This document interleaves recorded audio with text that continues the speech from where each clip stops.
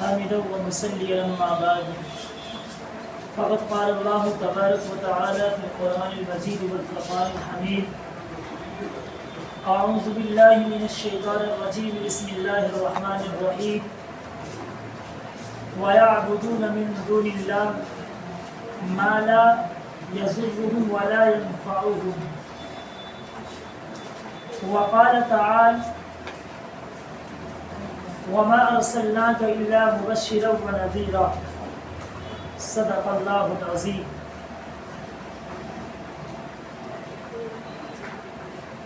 آج ہماری باتوں کا جو عنوان ہوگا وہ ہمارے نبی محمد رسول اللہ صلی اللہ علیہ وسلم جب اس دنیا کے اندر تشریف نہیں لائے، آپ کے دنیا میں آنے سے پہلے اس دنیا کے کیا حالات تھے، انشاءاللہ وہ باتیں آپ کے سامنے آئیں گی.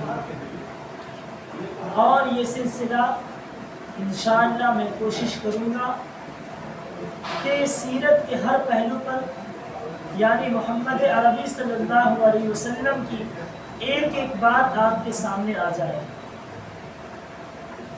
آپ کے دنیا میں آنے سے پہلے کے حالات، آپ کی ابتدائی زندگی، پھر آپ کے رہنے سہنے کا طریقہ، پھر جب آپ بڑے ہوئے، یعنی آپ صلی اللہ علیہ وسلم کی ایک ایک سیرت کو انشاءاللہ میں گھیرنے کی کوشش کروں گا. تو آج جو ہماری گفتگو ہوگی، جو ہمارا آج ٹاپک ہوگا، وہ آپ صلی اللہ علیہ وسلم کے دنیا میں آنے سے پہلے کے حالات. جب اللہ تبارک و تعالی نے اس دنیا کو بنایا، اس دنیا کو بنانے کے بعد اللہ نے بہت سی مخلوق، بہت سے انسان کو اس دنیا کے اندر بھیجا، لیکن ہر نبی، ہر پیغمبر وہ کسی قوم کے لیے، کسی قریے کے لیے آتے رہے. سب سے آخر میں ہم سب کے آقا جناب نبی کریم صلی اللہ علیہ وسلم کو اللہ نے اس دنیا کے اندر مبعوث کرنا چاہا. تو جب آپ صلی اللہ علیہ وسلم اس دنیا میں نہیں آئے تھے، اس دنیا کے اندر ایسی بے حیائیاں اور لوگ ایک دوسرے کے دشمن بنے ہوئے تھے. سب سے پہلی چیز کہ آپس میں جنگ و جدال یعنی جھگڑا کرنا، ایک دوسرے کو قتل کرنا اس زمانے کا بالکل عام مشغلہ تھا. اور وہ لڑائی کئی خاندانوں تک، کئی نسلوں تک، کئی پشتوں تک اس زمانے کے اندر مکہ المکرمہ میں، مدینہ المنورہ میں چلتا تھا. اسی پر بس نہیں بلکہ جہالت عام تھی، پڑھے لکھے بہت کم لوگ تھے، زیادہ سے زیادہ جاہل لوگ ہوا کرتے تھے.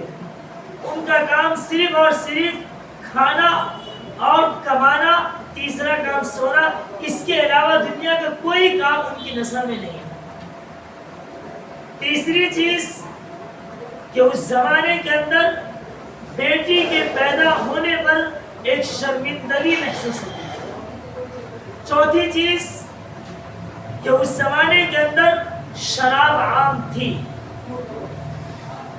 پانچویں چیز کہ اس زمانے کے اندر لوگ ایک دوسرے کا حقوق ادا نہیں کرتے تھے. ساتویں چیز لوگوں کے اندر بے حیائی عام ہو چکی. یعنی خلاصہ کلام یہ ہے کہ جب اللہ کے نبی اس دنیا میں نہیں آئے تھے تو اس دنیا کا پورا معاملات، پورا سسٹم بالکل بگڑا ہوا.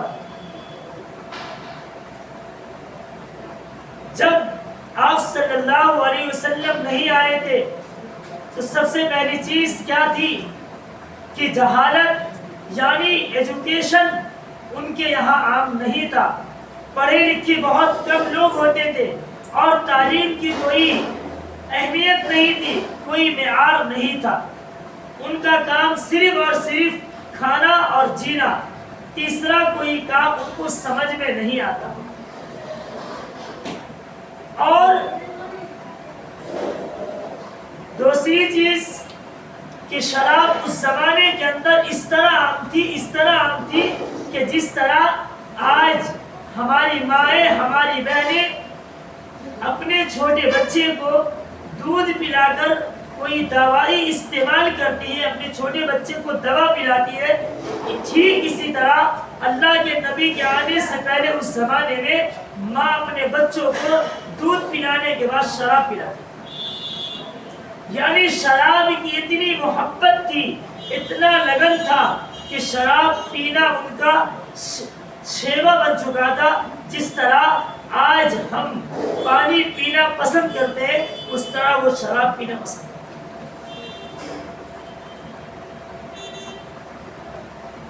اور جب کسی کے گھر میں بیٹی پیدا ہوتی تو اس بیٹی کو اتنا منحوس شمار کیا جاتا گویا کہ یہ معاشرے کی سب سے بدترین چیز اس دنیا کے اندر جنم لے لی. انہوں نے اپنی آنکھیں کھول لی. جب کسی کے گھر میں بیٹی پیدا ہوتی تو اس گھر کا باپ، اس گھر کی ماں، اس گھر کے پیرنٹس اپنے قوم کے ذمہ دار کے پاس، مینجمنٹ کے پاس وہ لے کر جاتے اور حوالے کر دیتے. پھر وہ اسے زندہ درگور زمین کے اندر یعنی زندہ انہیں کفن میں لپیٹ کر زمین میں دفنا دیا جاتا ہے. یعنی کہ بیٹی کا پیدا ہونا اس زمانے میں بہت منحوس تھا. وہ تو اس لیے کہ وہ لوگ اس بات کو بہت شرمندگی سے دیکھتے تھے کہ ہمارا کوئی داماد بنے، ہماری بیٹی سے کوئی شادی کرے.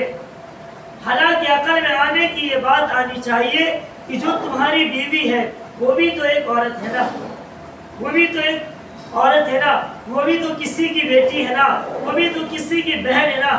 لیکن اس زمانے کے اندر بیٹی کو منحوس شمار کرتے.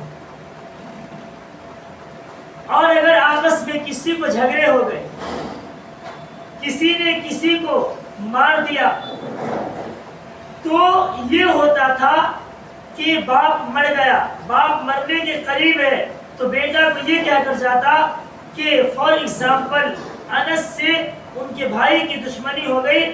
اب انس مرتے وقت یہ کہہ رہا ہے کہ میرا بھائی، میرا ابو ذر دشمن ہے، آپ ان سے بدلہ لینا، جب تک کہ بدلہ نہ لینا آپ انہیں یوں ہی نہ چھوڑنا. یعنی خاندان در خاندان کئی پشتوں تک وہ اس بات کی وصیت کرتے اور بتاتے تھے کہ آپ کو اس کا بدلہ لینا. اور برائی اس طرح عام تھی کہ انسان کی جب خواہشات پوری نہیں ہوتی تھی تو وہ جانوروں سے اپنی خواہشات کو پورا کرتا، حتیٰ کہ اپنی ماں اور بہنوں سے اپنی خواہشات کو پورا کرتا. کیوں؟ ان کے اندر حیا بالکل ختم ہو چکا ہے. اور پھر آگے چل کر ایک دوسرے کو انسان دیکھنا پسند نہیں کرتا تھا اور اخلاق اس طرح برے ہو گئے تھے کہ ان کے دل کے اندر ایک دوسرے سے محبت نہیں تھی. یعنی خلاصہ کلام یہ ہے کہ اس زمانے کے اندر لوگوں کے اندر نفرت، تعصب یعنی ایک ایگو بھرا ہوا تھا، انانیت بھری پڑی تھی کہ جو ہے ہم ہیں، ہمارے علاوہ کوئی نہیں. آپ ان واقعے سے، آپ ان باتوں سے ہم اپنے زمانے کا اندازہ کریں. پھر اللہ کے نبی کے آنے کے بعد کیا ہوا، وہ ایک دوسرا ٹاپک. آپ کو جو میں نے بات بتائی آپ اس چیز کو سامنے رکھے.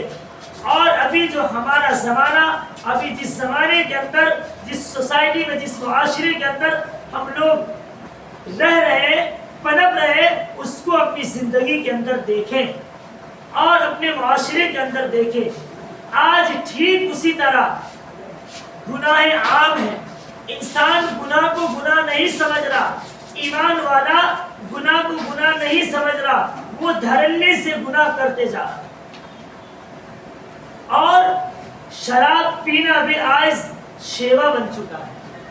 بعض لوگ کہتے ہیں کہ شراب پینے سے صحت اچھی بنتی ہے، بیئر چلا لو خوب موٹے ہو جاؤ. یعنی آج ٹھیک جو میں نے آپ کو بتائی ہمارے زمانے کے اندر وہ چیز پائی جاتی ہے. دوسری چیز، جس طرح اس زمانے کے اندر تعلیم سے، ایجوکیشن سے لوگ نابلد تھے، ٹھیک اسی طرح آج ہمارا مسلم سماج، میں یہ جملے استعمال کرتا ہوں کہ تعلیم سے، ایجوکیشن سے کوسوں دور، اچھی اچھی عہدوں پر، اچھی اچھی جگہ پر آپ کو اپنا ایمان والا مسلمان نہیں ملے.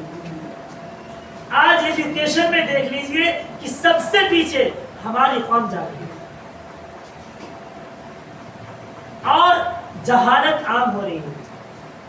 ہم لوگ کے اندر کیا ہے، کچھ پڑھ لیں گے، اس کے بعد کیا ہے، الیکٹریشن ہے، اے سی ہے یا اور بھی دیگر جو کام ہے، ہم اس میں جا کے کھانا کمانا، اپنی زندگی گزارنا شروع کرتے ہیں. اور جس طرح اس زمانے کے اندر بیٹیوں سے نفرت کیا جاتا تھا، آج ٹھیک اسی طرح آپ تمام جانتے ہیں. ایک معلومات کے لیے آپ کے اندر کہ آج بیٹی کو لوگ اچھی نگاہوں سے نہیں دیکھتے. اس زمانے کے اندر تو اتنا ہوتا تھا کہ لوگ بیٹی کو پیدا ہونے کا موقع بھی دیتے تھے، وہ دنیا کے اندر آنکھیں نہیں کھولتی تھی. لیکن آج آپ نے سنا ہوگا اور جو بڑے بچے وہ جانتے بھی ہیں کہ بعض پیرنٹس، بعض باپ، بعض مائیں اگر یہ معلوم ہو جاتا ہے کہ ان کے پیٹ کے اندر بیٹی آ رہی ہے تو نعوذ باللہ من ذالک دواؤں کے ذریعے اسے قتل کر دیتے ہیں. یعنی اس معصوم کو اس دنیا کے اندر بھی آنے کا موقع نہیں دیتا. روایت میں لکھا ہے کہ کل قیامت کے دن جب میدان محشر قائم ہو جائے گا، میدان محشر کے تعلق سے آپ روزانہ قرآن کریم کی تفسیر سنتے ہیں نا، کتنا خطرناک وہ دن ہوگا کہ ہر شخص، ہر انسان نفسی نفسی کے عالم میں ہوگا اور اللہ تبارک و تعالیٰ اس دن ایسا انصاف کا معاملہ کرے گا کہ اگر ہم نے ناحق ایک ادنا سی چیٹی کو بھی تکلیف پہنچائی ہے، اللہ اس سے بھی بدلہ لینے کا حق دے گا. تو لکھا ہے روایت میں کہ وہ معصوم سی بچی بغیر سروں کے وہ اللہ کے سامنے کھڑی ہو جائے گی اور کہے گی، اے میرے رب، آج تو آپ انصاف کر رہے ہیں، آج تو آپ ان لوگوں کو بھی حق دے رہے ہیں اور انصاف دلا رہے ہیں جو بن سین کے آپ نے دنیا کے اندر پیدا کیا اور آپ نے ان کے اندر وہ طاقت نہیں دی تھی کہ وہ اپنے بچاؤ کا سامان کر سکے، لیکن آج آپ ان کو بدلہ دے رہے ہیں. تو اے اللہ، آج ہمیں بھی بدلہ چاہیے. وہ ہمارے ظالم ماں باپ کہاں چلے گئے، وہ آج کہاں ہیں جنہوں نے مجھے دنیا کے اندر آنکھیں کھولنے کا بھی موقع نہیں دیا. آج ہمیں ان سے بدلہ لینا ہے.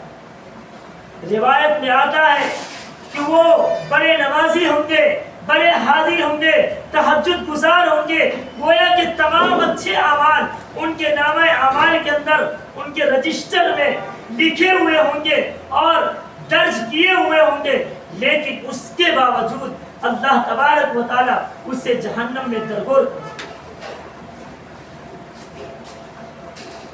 اور اسی پر بس نہیں بلکہ وَإِذَا الْمَوْءُودَةُ سُئِلَتْ کی تفسیر آپ نے سنی ہے کہ جب زندہ درگور لڑکیوں سے سوال کیا جائے گا کہ تمہیں کس گناہ کی بنا پر قتل کیا جائے گا، ان معصوم سی بچی کا کیا قصور ہوتا ہے. تو عزیز طلبہ، آج وہی زمانہ ہمارے زمانے کے اندر لوٹ کر آ رہا ہے. آج وہی حالات ہمارے زمانے میں لوٹ کر آ رہے ہیں.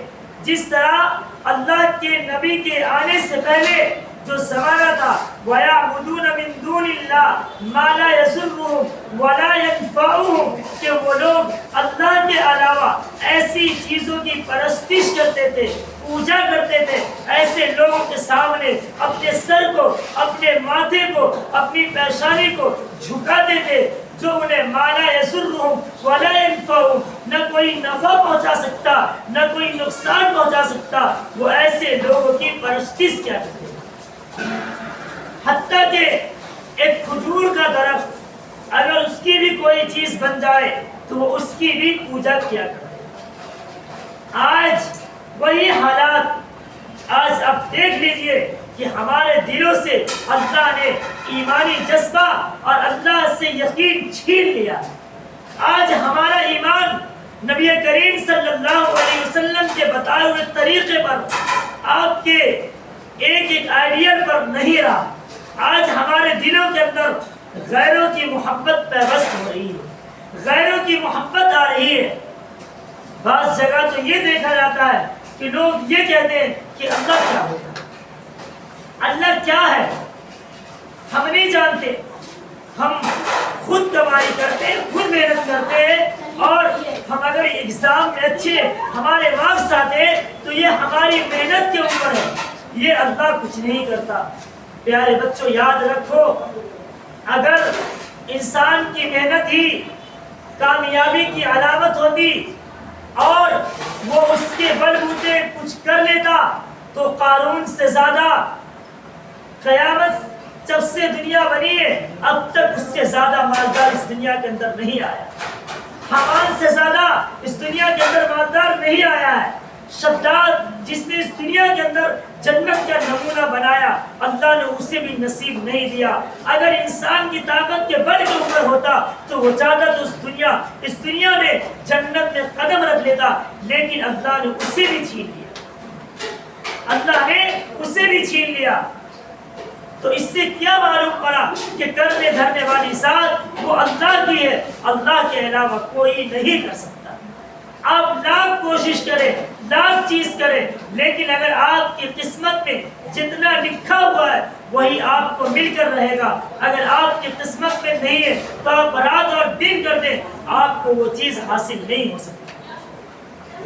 اور آج ہم لوگ اللہ کے علاوہ دوسروں پر تکیہ بنائے رکھ لیے کہ اگر یہ ہے تو ہمارا کام چلے گا، اگر یہ چلے گئے تو ہمارا کام نہیں چلے گا. تو یہ ہم اپنے کریئر سے، ہم اپنے اعمال سے یہ ہم دکھا رہے ہیں کہ جس انسان کے ہم محتاج بن گئے، اگر یہ نہیں رہے گا تو اس کے بغیر ہمارا کام ادھورا اور ناقص ہوگا. میرے بھائیو یاد رکھو عزیز طلبہ کہ اگر ایمانی جذبہ مضبوط ہوگا تو اللہ تبارک و تعالیٰ تنہا انسان سے بھی ایسا بڑا کام لیتا ہے کہ بنی اسرائیل کے اندر کتنی بڑی قوم تھی، فرعون کا کتنا بڑا یہ تھا لشکر، اور فرعون کی جو طاقت تھی موسیٰ علیہ السلام کے اندر وہ نہیں تھی. لیکن موسیٰ علیہ السلام کا ایمانی جذبہ تھا، اللہ پر یقین تھا اور اللہ کی ذات پر بھروسہ تھا کہ ہمیں امید ہے تو اللہ کی ذات سے، اگر ہمیں کامیابی ملے گی تو اللہ کی ذات سے. تو اللہ تبارک و تعالیٰ نے انہیں اس قوم سے وہ نجات دی اور اللہ نے اسے چھٹکارا دلایا، اور اس مضبوط طاقت کو اللہ نے قیامت تک کے لیے نیست و نابود کر دیا. لیکن آج ہمارے معاشرے کے اندر آج ہمارا ایمان اتنا کمزور ہو چکا ہے، ہم دعوے تو بڑے بڑے کرتے ہیں کہ ہم محمد عربی کے ماننے والے ہیں، ہم ایک اللہ کے ماننے والے، وہ اللہ قل هو اللہ احد اللہ الصمد. کہ اے نبی جی کہہ دیجئے اللہ ایک ہے، اللہ بے نیاز ہے، وہ کسی کا نہ باپ نہ وہ کسی کا بیٹا اور اس کا کوئی ہمسر نہیں. لیکن آج ہم اور آپ نے اللہ کے ساتھ کئی چیزوں کو شریک کر دیا. صرف یہی نہیں ہوتا کہ ہم نے کسی کی پوجا کرنا شروع کر دیا، اگر ہم یہ یقین کر لیے کہ ہمارے چہرے پر داڑھی نہ ہو، ہماری اس داڑھی سے ہمارا ایجوکیشن نہیں چلے گا، ہم کسی کمپنی میں جاب نہیں کر پائیں گے، تو خدا کی قسم کہہ رہا ہوں کہ ایسا مال اور ایسی چیزیں آپ کی زندگی میں ایک نہ ایک دن قیامت لائے گی. اگر آپ پر نہیں ہوا تو یاد رکھو عزیز بچوں، آنے والے زمانے کے اندر آپ کے خاندان کے اندر، آل و اولاد کے اندر اللہ تبارک و تعالیٰ اس کا بدلہ ضرور دے گا. کیوں؟ اس لیے کہ ہم سنت نبوی کو ایک ادنا سی حقیر دنیا کی خاطر ہم نے نیست و نابود کر دیا.